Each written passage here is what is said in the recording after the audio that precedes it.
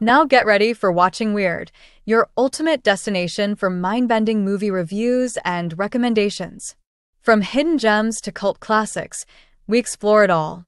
Hosted by storytellers and cinephiles Alan Gamboa, Scott Baker, Rich Restucci, and Hadley Thorne, with a special shout-out to Landis Aldana and Alan Lasseter for their incredible support that help us keep the lights on at Wyrd.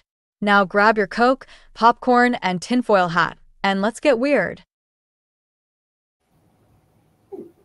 Hi, everyone. Hello. Say happy Thursday anymore. No. Yes. Well, Happy you can. Thursday. So, Weird Wednesday, here we are, right? Yes. Hi, Tony. Hey, Tony. Frozen Florida. Yeah. Yeah, the whole, Now, southern Tony. end of the country. And for you, Hadley, Heather, hi, Doc. Doc. Has the snow shut down your areas because they're not used to it? There's no plows. Yeah. Yeah. Businesses aren't going back to like Friday now. Wow. Well, because it's getting so cold at night, all the bridges, and keep in mind, there's a lot of bridges down here. Yeah. Is of all the waterways. Yeah. So people can't, well, they can, but the cleanup of all of the wrecks would not be worth it. So. Man, I wish we could have gotten 2 days off from school. But No, move south, Scott. I keep telling y'all, we need to start a Arthur commune down here in Bay St. Louis. You know, I think we probably have more snow days up here than you do down there. yeah. I want to set up a reality TV show called Horror in the House. You get like 15 horror writers together for 6 months, and they can't leave the house until they finish the first draft of their book. Wow. 14 of them would be dead. Days. Jeez. Before we even had snow, Hey, Landa. the day before, our governor called a state of emergency because he knew. He knew it was going to be stupid. That's crazy. I'm so happy to see Landa and Tony and Doc Yeah, right? Yes. Good to see and all you. the other people who haven't peeked up. But it's good to be back. I hate Alan's not here, but he's being a little under the weather himself, which I guess it's just the time of year. But let's go ahead and get started. I was really excited to do these movies. What did y'all think about them? Well, these were 3 movies that I had already seen. I watched them again this week. I didn't hate any of them, but if you want, I can launch right into Dark City right now.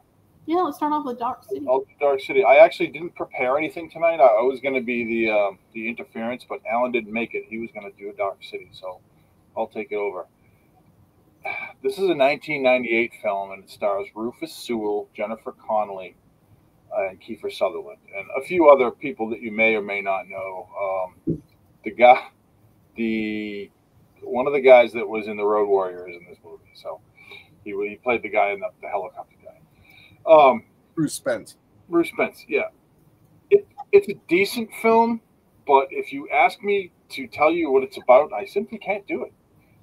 It's just really friggin' weird. It's these aliens that look like spiders take over dead people, and you don't see any of that. That's just happens.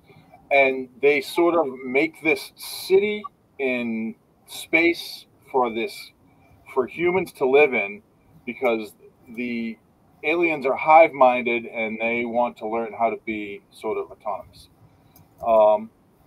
But it's just really weird about how things get transferred between people, and the alien people are trying to frame this one guy for murder, but that's just so how they can see other people react. So it's really weird.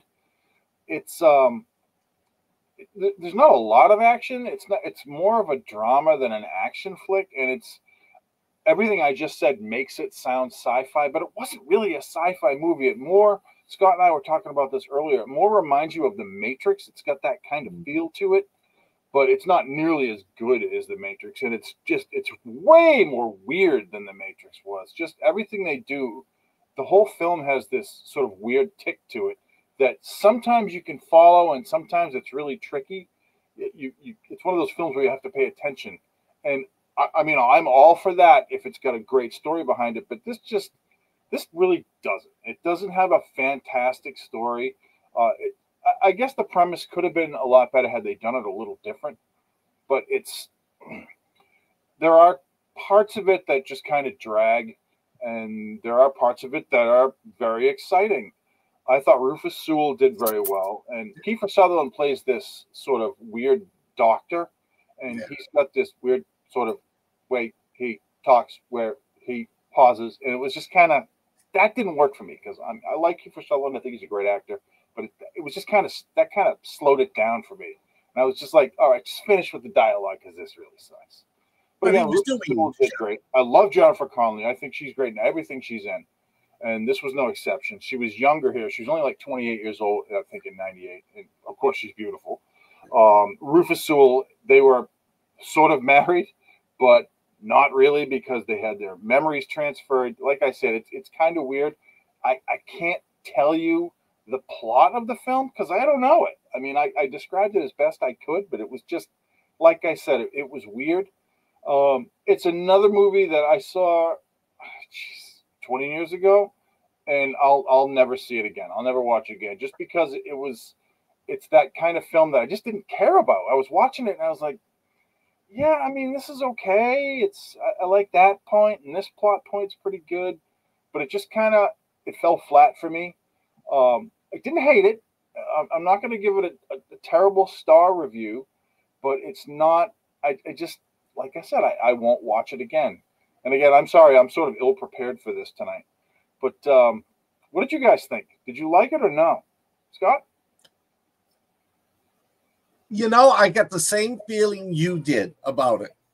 It was very hard to follow the plot, but there was something intriguing about it that dragged me in. You know, I overlooked some of the plot flaws and some of the stuff that wasn't that good. It was confusing because I thought the whole concept was unique. Mm-hmm. And I enjoy. Now, the same thing, I'm watching it and I'm like constantly rewinding it. Like, okay, was I doing something and missed it?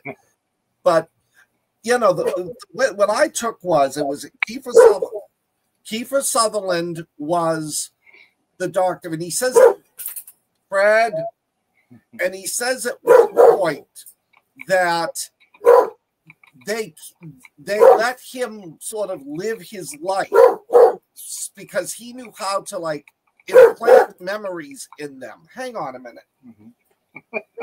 Do this Fred's getting the boot. Fred, you do this every single time. Come on. No, they were implanting different memories in them because I didn't think him and Jennifer Connelly were ever married in real life, that he implanted that image. Mm-hmm. And, you know, it's Dark City because these aliens don't like the light, but that made it for me. That gave it this bizarre feel, you know. I'm going to watch it again in a few months to pick up all the things I missed the first time. But yeah, it was just sort of like, it's not a great movie, but it intrigued me enough that I want to see it again. Fair enough. What about you, boss? What do you think? Adley, you with us? She must be off chasing Boo. Oh, no, I had it on mute. Get the mess. I was just sitting here just talking, saying I agree with everything Scott said about it was it had intriguing elements to it. But this is a movie I think that could be better done again in today's capabilities. But it was interesting. And one of the things, to me, one of the common threads that this movie had with the other two is identity. And you have whether it's the Rufus Sewell character not knowing who he is and his lack of memory, and then you go over to Sin City and you've got characters who have had, you know, reconstruction done, and And I watched both of the Sin City movies, and that was another thread, was that there was people had accidents and it changed their appearance. So it's again identity, and then you have Terminator with Sarah Connor, her identity. Anyway, so this is a movie that I will not be watching again. Hey, Dungeon Man. Yeah. But I think that it was intriguing, and it also had similarities with Sin City in that kind of the way the set was kind of dark and gritty, and that was something that you saw kind of echoed in Terminator in the night scenes or when they went to the past. So I don't know. I thought that it was interesting. I liked the sets and the actors. It was really a weird role for Kiefer Sutherland. Yeah, it seemed like not his norm, which was interesting to see. He did it really well. Yeah, I think all the acting was well in that. Mm-hmm. Yeah, we didn't really bring up the aliens. None of the three of us. They were these sort of white-skinned, bald-headed men, and there was one kid as well. And they were just really weird, and they had names like Mr. Hand and Mr. Fist and Mr. Cull, and they were just kind of weird, and they had these little daggers and stuff, and they had these mind powers. That's what the whole thing was really about. Mm-hmm. They could twist and make anything they wanted with their mind, and they would put everyone to sleep every night and then change their memories around, and not just their memories, but really who they were. Like some people that would be poor would then be super wealthy, and garbage man would be a physicist or that type of thing. And Rufus Sewell actually, he got that power from them. It didn't really say how, he just sort of got it. Excuse me, as a human being, and that's why the aliens were after him. It was weird. It was really weird. It was like they were conducting a scientific experiment on us. And I do remember Kiefer said that I think it was Sewell either woke up or that he had to stop the mind change halfway through the process, which was why he had the powers to do the changing, and he was having the flashbacks. Yeah. But yeah, it was good. Yeah. Well, what do you rank it, Scott? I'm going to give it a solid 3, and not because it's bad.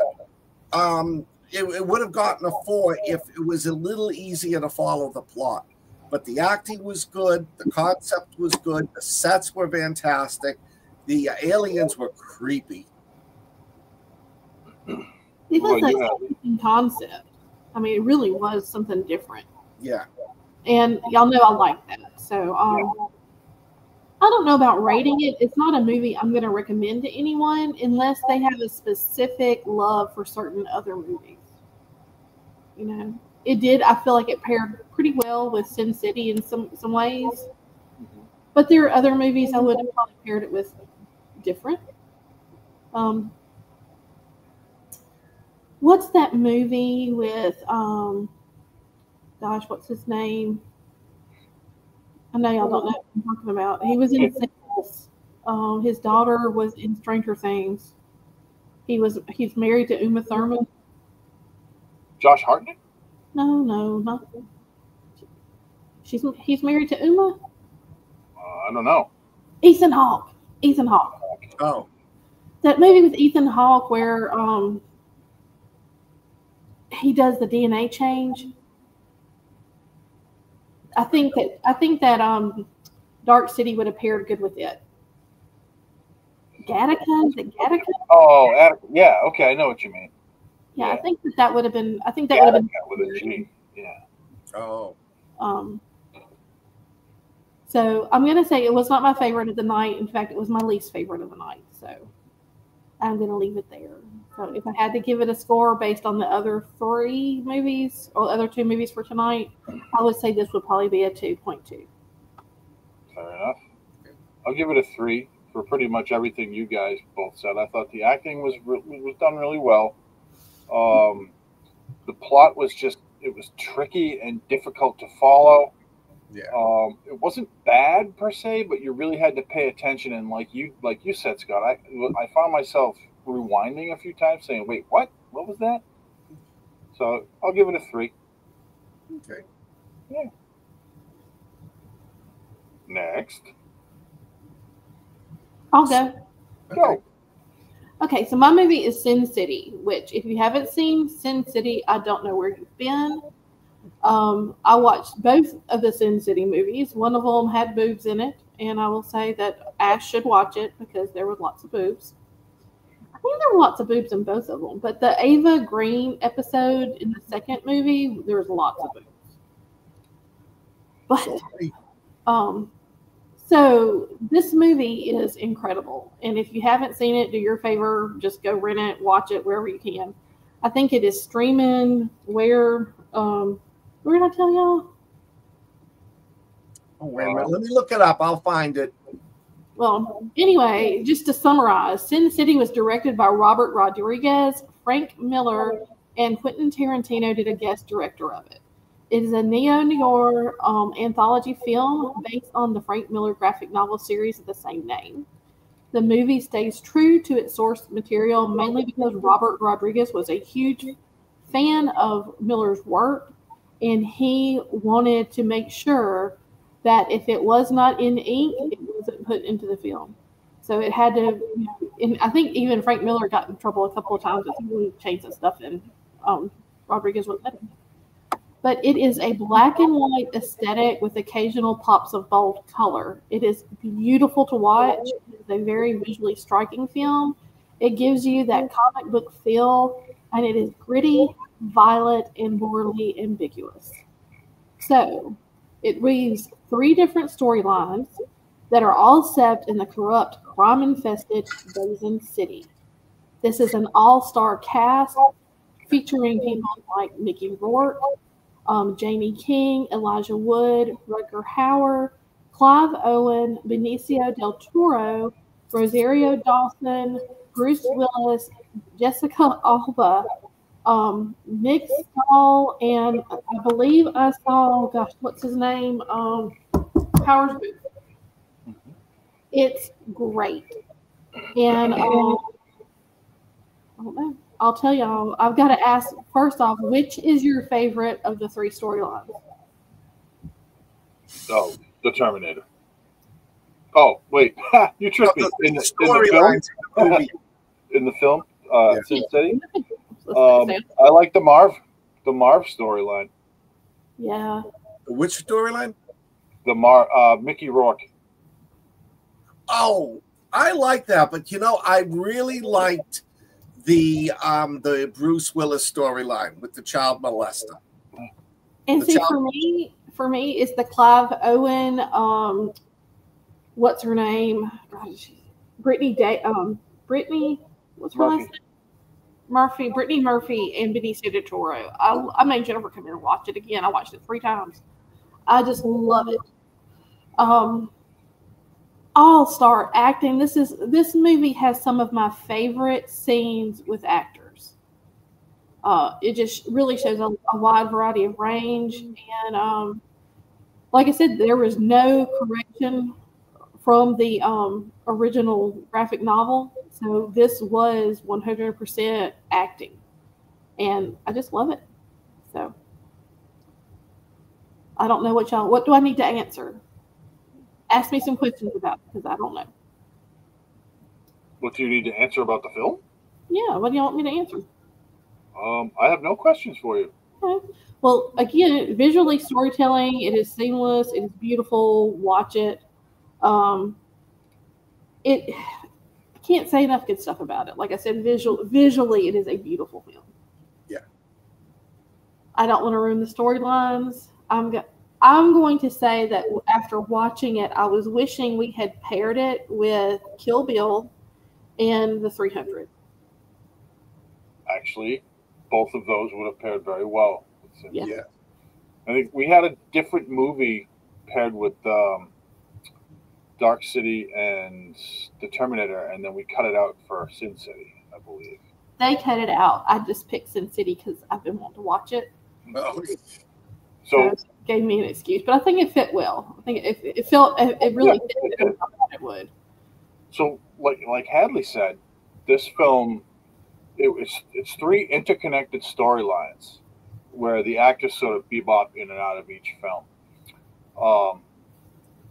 It's very violent.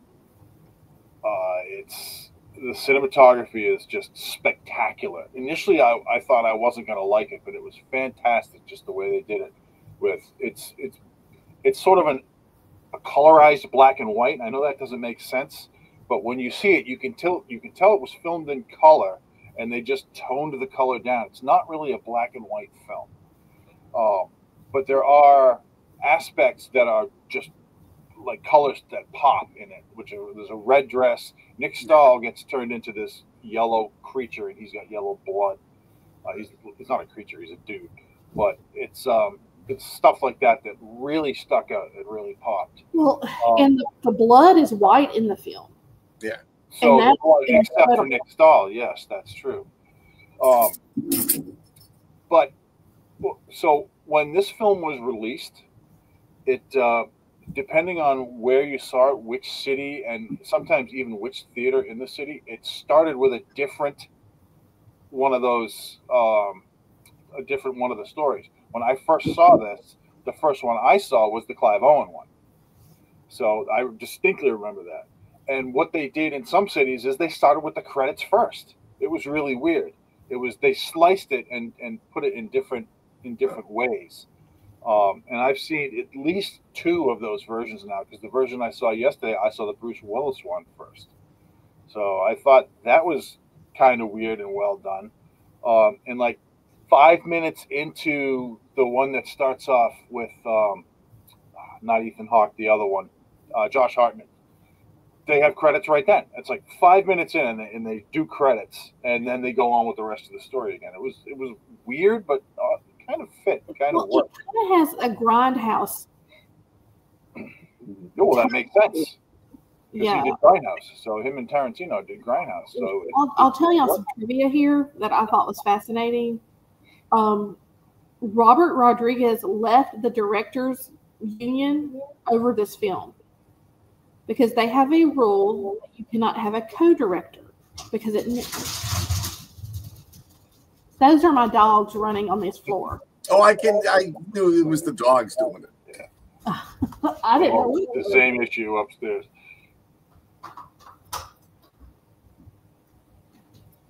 Anyway, that was like little horses running through the house.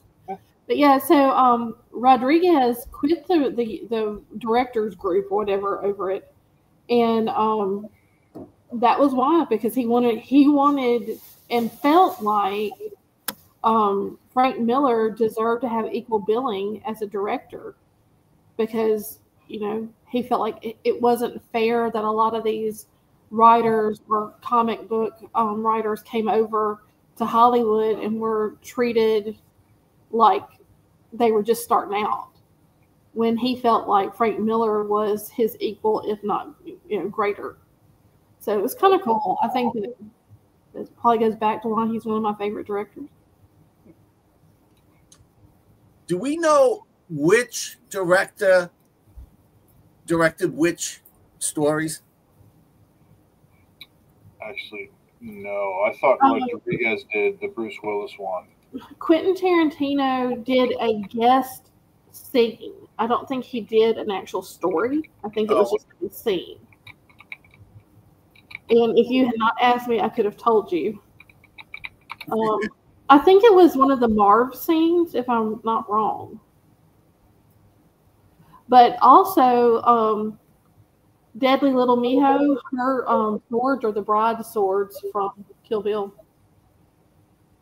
So I say that again? Deadly Little Miho, the assassin. Yeah. Her swords were the bride's swords from Kill Bill. I did not know. He had those in his garage. And Tarantino directed the scene where Clive Owen and Benicio del Toro are talking in the car. Okay. I just looked that up right there. Okay. I wasn't It's sure. very wrong, people. I'm sorry. Oh no, I had no idea. I just looked it up. Oh. The Marv stuff is, I mean, Mickey Rourke at some of his finest acting as Marv. I mean, seriously. I'm interested to what anybody else watched it, or has anybody watched it? What do they think? I never saw this movie. What? I never saw it. Wait a second. Okay, he's got a water bottle. I never saw this movie until last night. It just, you know, the previews never appealed to me, and I'm kicking myself because this is a fantastic movie. You need to watch the second movie if you like this one. It was really good too. I'm going to, but it was so dark. You know, I mean, it wasn't just violence. There was a reason for the violence, especially in the Bruce Willis storyline.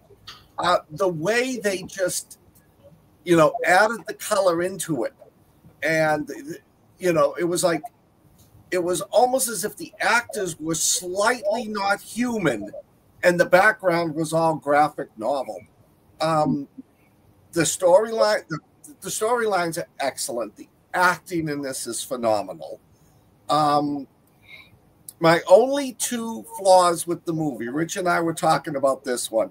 There's no way Mickey Rourke can take like 4 shots to the head, 3 or 4 to the chest, and still be laughing. That was a little bit pushing it for me. And well, he had brain damage, right? The character has brain damage. Did he? Yeah, but that brain damage isn't going to stop being shot in the head. So, and he had brain damage before he got shot. And the yellow blood, when after he'd been reconstructed, that did not fit well in the movie. It looked fake, whereas all the other stuff fit in well. But that's 2 minor criticisms. This, you know, and I love the whole way that, you know, the hookers run their portion of the city and the cops stay out of it, and they've got that sort of mutual deal going on. Oh, and the clothes the hookers wore were just phenomenal. I loved those outfits. This was a brilliant movie. I really wished I'd watched it sooner, and I'm definitely going to watch the second one. The second one is free either on Stars or on MGM Plus. I can't remember which one. This movie, Sin City, is on MGM Plus with a subscription, but you can get it on Hoopla, Pluto TV for free, and you can get it on YouTube. Oh, Amazon, it's $5. YouTube, it's $4. But well, yeah, you can get it. I felt like the yellow blood was to symbolize that he was just putrid, that he was just, you know, they were talking about how it smelled, and to me, he was just rotten from the inside out. He was just It wasn't the fact that it was yellow. It was the yellow. For some reason, the yellow just stood out as fake, the way it was done. You know, that was the only time through the whole movie when he's like the yellow blood. It was like, oh my God, that's a horrible special effect. See, and it didn't bother me at all. I felt like it worked. But because to me, it was like the girl's eyes were just beautiful blue. Yes, yes. And then you had the red dress. It was just vibrant and gorgeous, but the yellow had a sickly look to it. Yeah. So I just felt like it was accurate to what they were trying to do. Mona saying yes, bow. Yeah. So, I'd not thought of it that way, but it makes sense now. But I just really like this. I'm so glad that I got to introduce this to you, Scott, because that's always my favorite when I get to introduce y'all to something I love and you'll actually like it. Oh my God. Like I said, I'm watching this last night thinking, oh my God, I should have watched this sooner. Though I might not have enjoyed it as much when it first came out. Yeah, like I said, it's one of those. I think it gets better, especially the acting. When you can look at the phenomenal acting. Brittany Murphy. This is my favorite role she's ever done because to me, she hit on so many different. Just like her facial expression goes from, I'm gonna cut off your little, when she's waving the knife around the guy, to being just terrified by that Benicio del Toro character, Jackie Boy. Oh yeah, he was scary. She had a wide range of emotion in like 3 scenes. I mean, or just 3 little short minutes. I really enjoyed this film. Yeah, I loved it when it came out. I had never read the comic or even knew that it was a comic, or graphic novel. I'm sorry, and it just I actually saw it at the movie theater. I went with a couple of friends. We're like, wow, that was really good. There's so much going on, and there's a lot of Easter eggs too. One of the Easter eggs is when Mickey Rourke is driving in the car. No, Bruce Willis. He's driving in the car to try to save the kid, and he just took the weapons off the 2 guys. One of those is RoboCop's gun, because Frank Miller. So, yeah, if you look, there's 2 guns in the seat next to him in the bucket seat of the car, and one of them is RoboCop's gun. I just noticed that today, so I thought that was really cool. And I guess there's a ton of other Easter eggs in there. There's when Jessica Alba and one of the other characters are driving, their license plate is the same. It's LEV311. I don't know what it means, but there were different vehicles, but with the same license plate. I don't know what that's about. But it was stuff like that you catch later on. So this is a movie that I actually will watch again. I've seen this about 3 times. I'll probably watch it 1 or 2 more times. I really like it. I like the way they did, the almost black and white thing. And it was an excellent film. It's going to get high ratings. Yeah, like I said, visually stunning. Yeah. And the part 2, I'm going to suggest, like I said, if you haven't seen it, definitely watch it. It continues the Bruce Willis, Jessica Alba storyline in it, and Marv is in it, and but some of your favorite, y'all might remember Josh Brolin. He's in it. Yeah. Some other people like the Benicio del Toro. I mean, I'm just always blown away by him. But yeah, it was just really good. And I should say another movie this would appear good with is Planet Terror. Yeah. Yes. Oh God, I love that one. Zombies with a twist. Yeah. Yeah. It was. So if you were going to explore it, okay. So first off, are you going to recommend this to some of your friends? Yes. Sin City? For Yeah. sure. Yeah, I thought this. I recommend this to everybody that's over there on the right-hand side. I thought it was excellent. Yeah. I think it's a wonderful movie. I don't know a lot of people that don't like it, although I talked to one today that said that he thought it was Like, I thought it was a pretty good flick. So yeah, I would definitely recommend this.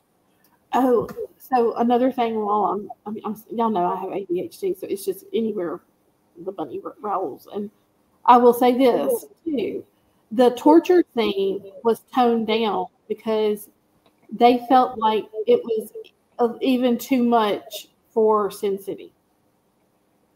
Really, I'd love to see the uncut version. So, and Rich, I looked it up. The LEV 311 license plate. Frank Miller often puts this in his various stories for the favorite girl. It doesn't say what the LEV means, but the 311 is his wife's birthday. Oh, well, that's cool. Yeah. So which performance did you feel like stood out the most? I would pick a minor character. I would pick the Josh Hartnett performance. I honestly thought he played really, really well as the hitman. You know, you just didn't see it coming. Him being a hitman right off the bat like that. Did you know that was the test scene that Rodriguez showed to Miller to get him on board to make the film? I did not know that. Yep. Kind of makes sense, though. I thought that was one of the better scenes. Scott, what about you? That's hard to say, but you know which actress I thought really did a great job was, and I don't know the actress's name, the little girl who he saved, who then he meets when she's 18 years old. Jessica Alba. That was Jessica Alba.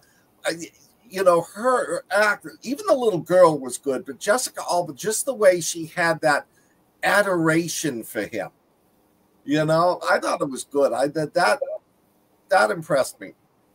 It was good, but it bordered on creepy later on. Or maybe that's why I like it. Yeah, he rescued her. She was 11 years old, and then it kind of was going down a weird sexual path later on. I would like to believe that he was going to fight that off, but I don't know. It didn't look like it. Don't you think that's what made it such a good story, though, was that twist? I mean, yeah. I think it elevated me out a little, but yeah. But it didn't go there. I mean, it didn't go there. It took a twist. No, exactly. So, it was interesting. What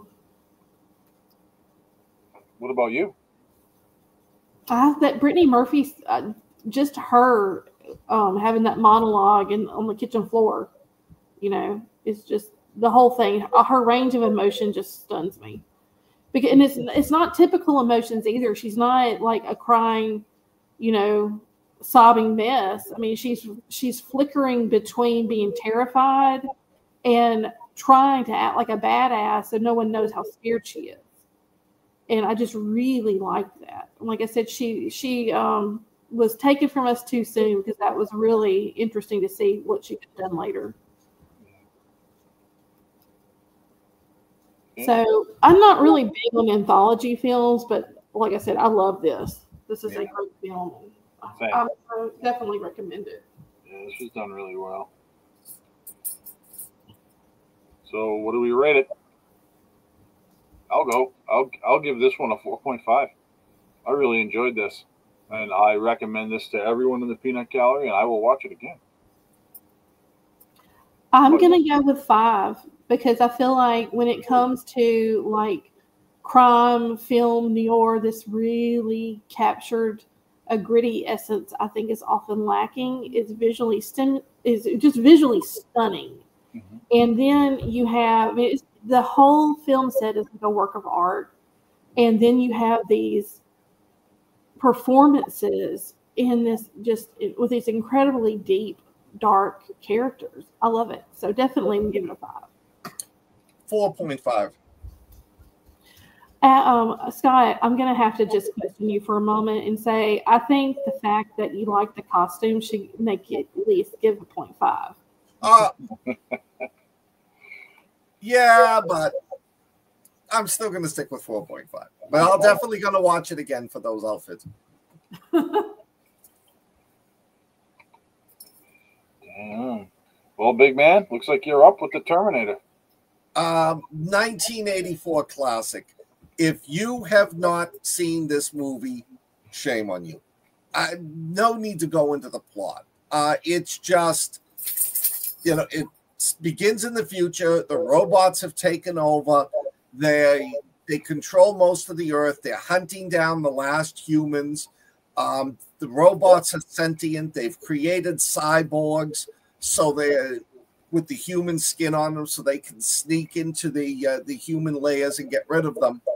And all of a sudden, there's a shift. The aliens are about to lose. They create a time machine, and they send the Terminator, Arnold Schwarzenegger, in one of his, probably to me, his best role. They send him back because the leader of the revolution, John Connor, they figure if they can go back to Los Angeles, find his mother, and kill him, the revolution will never end. You know, they'll continue. They'll just wipe out all the humans. The humans take over the time machine, send back oh God, what's his name? Kyle Reese. They send back Kyle Reese to try to save her. And if you haven't seen the movie, you can figure it out. Kyle Reese finds the real Sarah Connor, and they spend the rest of the movie trying to evade and eventually defeat the Terminator. It's a classic. I love this movie. It's got a little campiness to it, but for me, it was like so revolutionary at the time. Taking robots, robot revolution, apocalypse, time machine, and putting them all together. You know, the acting was good. Schwarzenegger made such a great cyborg, no emotion whatsoever, and he'll always be noted. And they use the line, he uses it almost every movie, "I'll be back." Special effects were pretty good for the time. I mean, even the robot special effects hold up today. The plot was good.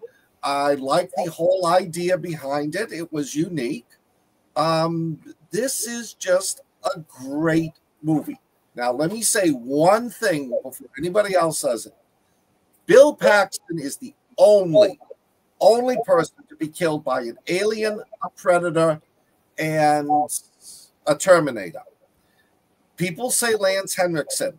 Lance Henriksen was killed by a Terminator and a predator.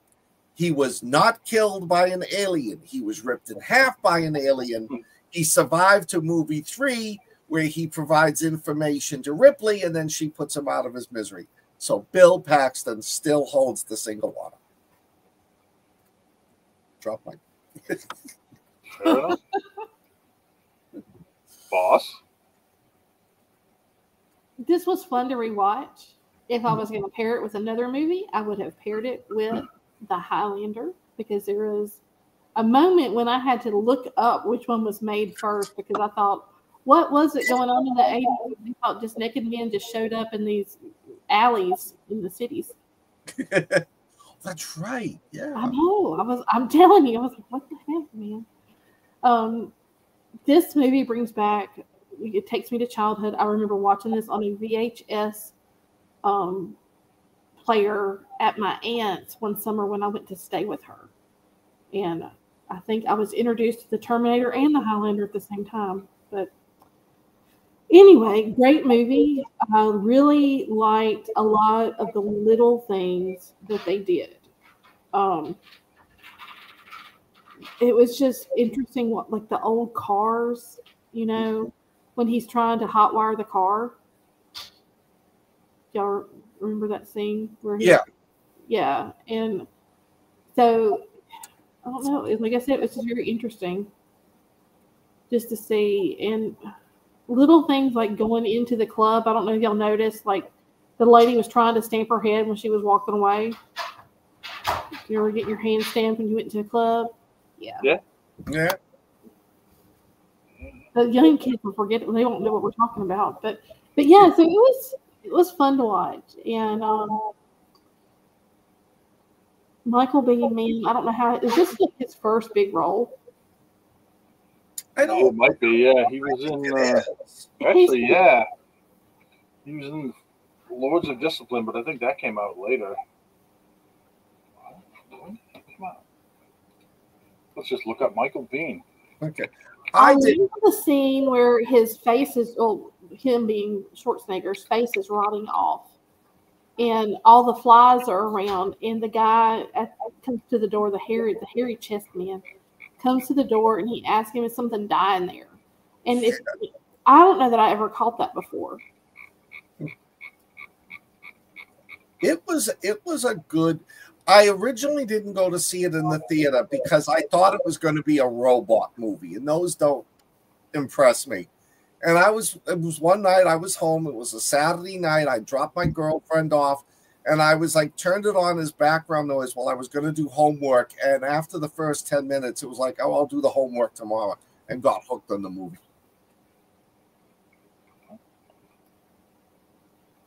He's actually, the Lords of Discipline came out in '83, so he was in that first. One year earlier.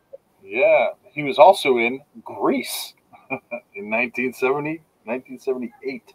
Well, so I got some questions for y'all. With this, did y'all watch the Sarah Connor series? No. Yeah, I did. It was very good, Scott. It had Lena Headey in it that played Cersei Lannister in Yeah, Game of it was Thrones. actually surprisingly decent. Oh, I like Lena Headey. Oh. Yeah. It was a very good series. But so the question I have is, over the arc of the Terminator films, how do you feel like the Sarah Connor character evolved? So I liked the second movie. And honestly, that was really the only movie in the sequels I liked. They played around with it a little bit. They send him back, but this time the Terminator's the good guy. I think it made sense that Sarah Connor, especially at the end of the first one, where she's got the dog and she's got all this stuff and she's learning to be she's learning how to be a prepper. It only makes sense that as the movie goes on, she's going to get more kick-ass and more tough. And I admit I liked how it trajected her in that way too. I felt like when you shift the focus to the John character, it kind of lost something. fair enough. And I think that's probably why I really liked the Sarah Connor Chronicles, because it focused on her, but I mean, he was her kid, but it showed more of their dynamic together. Yeah, the series was decent. It was honestly, I like her progression from being this meek little girl at the beginning of the first movie to kind of toughening up at the end of the first movie, and then just being an absolute utter psychopathic badass in the second movie. I thought she really pulled it off. She even changed her body for the role. She started lifting and working out, and you could see when she's in the mental institution that she is just sick of everybody's shit, and she's definitely gonna fight her way out of there and escape. And of course she does. Well, I mean, she gets a lot of help, but come with it if you want to live. But the first film was just absolutely, utterly groundbreaking in what it was. Yes. Nobody had done anything like that before. The actual, like Scott said, the special effects on the cyborgs were fantastic. And it wasn't just his face. It was one of the things that I thought was fantastic in this film was when he's working on his arm with a pair of needle nose pliers and a wrench and stuff like that, and he's cutting away the skin. I just thought that was just incredibly well done. And again, like Scott said, Schwarzenegger's lack of emotion and vocal range, both in the movie, are just phenomenal. They're just fantastic. You could tell he didn't give a shit. He wasn't human, and I thought he nailed that. People talk about Schwarzenegger as being, not a very good actor, and I don't know if I agree with that or not. But in this film, he totally crushed it. I know we just did Conan last week, which was also one of my favorite movies. But this movie, his acting in this film was just excellent. It was just fantastic because he didn't really have to do much, and in not doing much, a lot of people sort of lose. They say, "Wow, he didn't really do anything." But that really worked in this film. So I thought he did very well. I thought they all did very well. Like I said, turning into the badass for Sarah Connor was excellent too. How brilliant do you think it was that in part 2, they bring him back as the Terminator, but they flip the card, and I felt like that was just an incredible stroke of genius to whoever came up with that idea. Because you think he's back to go after John Connor. Well, and it's not up until he opens that box and pulls out the roses and the shotgun and starts taking out the real Terminator, which, again, I love the brilliance of that one, the one that could melt and move through things and then reform. Enigmatic polyalloy. That just would not have worked with him as the Reese character. No.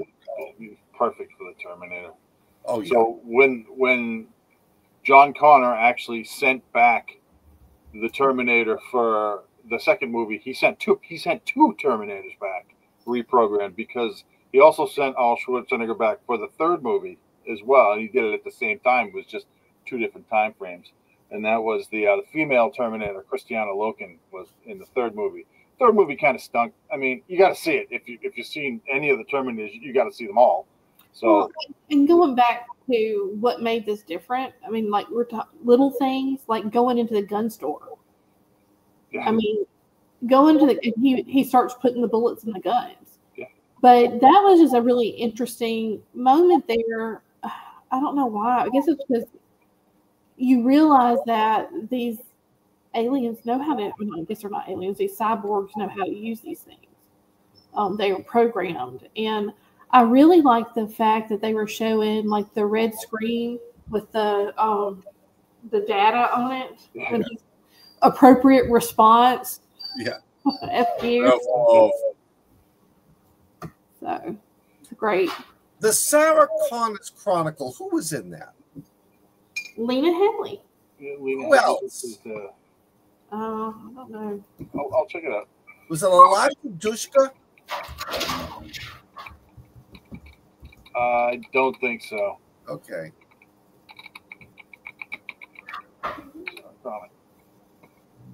Let's see. I know. Okay, it's Summer Glau as Cameron Phillips, Brian Austin Green as Derek Reese, who is John Reese's brother in it, and Shirley Manson was the Terminator, which was kind of effing often. And if anyone is into music, she does a version of Samson and Delilah that is incredible, and she made it for that film. You can't find it anywhere, but if you're a Garbage / Shirley Manson fan, check that song out. You won't regret it. And Mona, I'm old and I remember old stuff. So I'm glad to see everybody in the house tonight. It looks like Wednesday might be a good time for us. I think I saw the Sarah Connor's Chronicle, but I'm still going to watch it again. And you know what was great about this? This movie, Terminator, had a budget of $6.4 million. It made $38 million in U.S. and Canada and $78 million worldwide. That's how popular this movie became. Yeah, it's a cult classic now as well. I like every part of this movie. This is one of those movies that, it's top 50. Yeah. Great flick. Highly recommend to people that are into this sort of thing. Watch it. I'm going to anybody in the Peanut Gallery that hasn't seen this movie. Yeah, I was going to say everybody that's on here has probably not seen it. That's right, Dan. She was in Firefly and Serenity. Yeah, she was also in a TV show called The Cape, if you guys had ever watched that. And she was in Chuck. I don't know if you watched the TV show Chuck. She was one of the Gretas in Chuck in one of the later seasons. She wasn't in it too long, but she was there. Wasn't she originally like a ballet dancer? I believe she was, yeah. It would make sense. What are you laughing at, Scott? No, I'm reading Mona's thing. Girl, I'd be older than you. I don't know about that. Oh, gosh, guys. It has been a trial and error to get here the last couple of weeks, but I sure am glad to be here. I'm assuming we all give this a 5. Yeah, I think it's I don't know. I give it a 5, Rich. Oh, yeah, this is a 5 for me. I would score it higher if I could. Definitely 5. All right, I've got a couple of questions. Let me see if I can find them for y'all. Questions.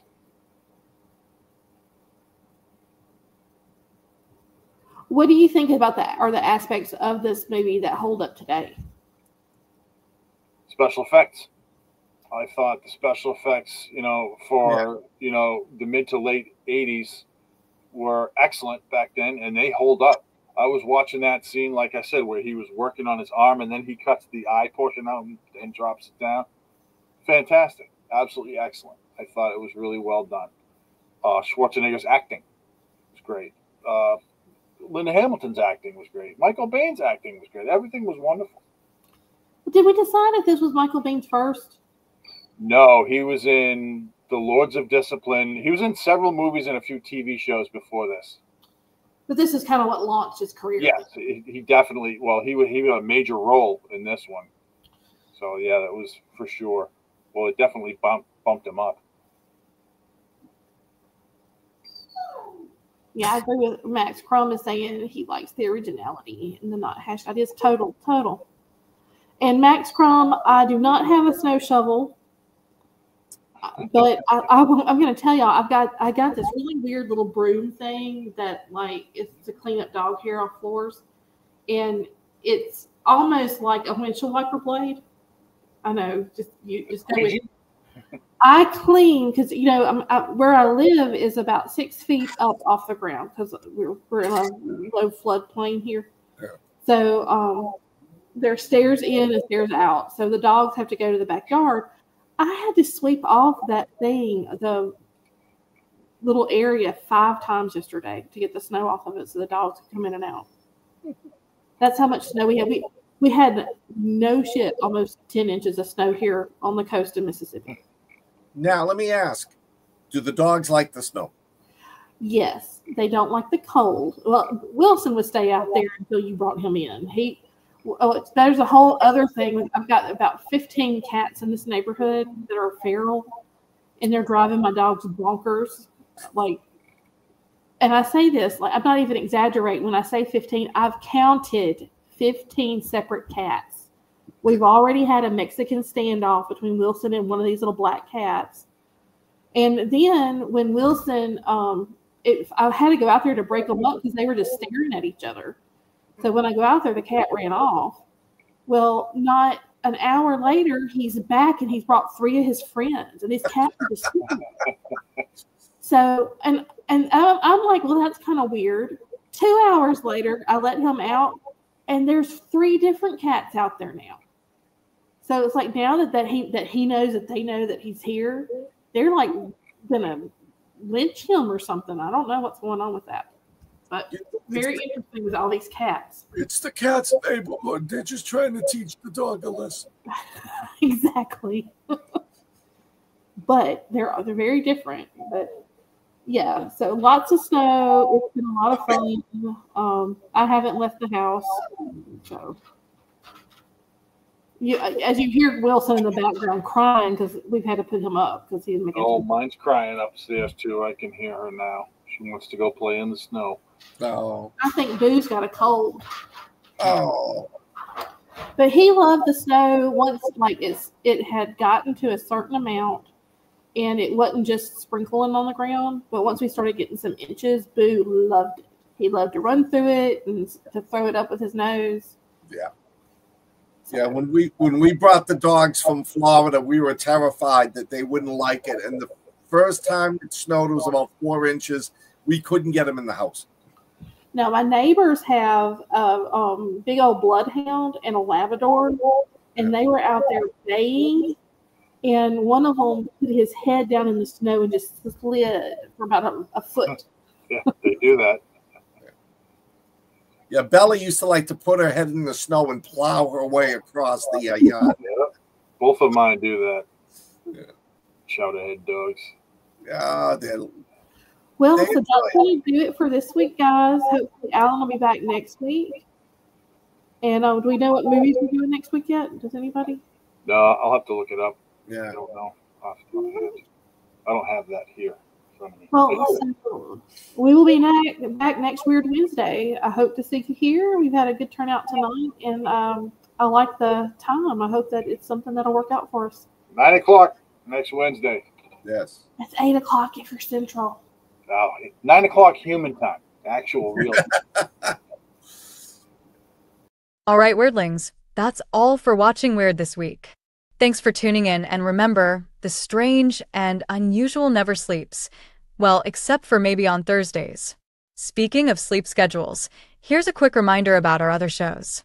Dive into the mysteries of the mind with Weird Awakenings every Friday at 8 p.m. Eastern Standard Time. Cozy up with blondes, books, and campfire tales for spooky stories every other Tuesday at 8 p.m. Central Standard Time. Hone your craft and connect with fellow writers on Write With Me on the third Sunday of each month. And don't forget, Watching Wyrd now airs live every Wednesday at 9 p.m. Eastern Standard Time. For all things weird, find us on social media via Linktree in the description below, or visit our website at weirdrealities.net. Stay weird.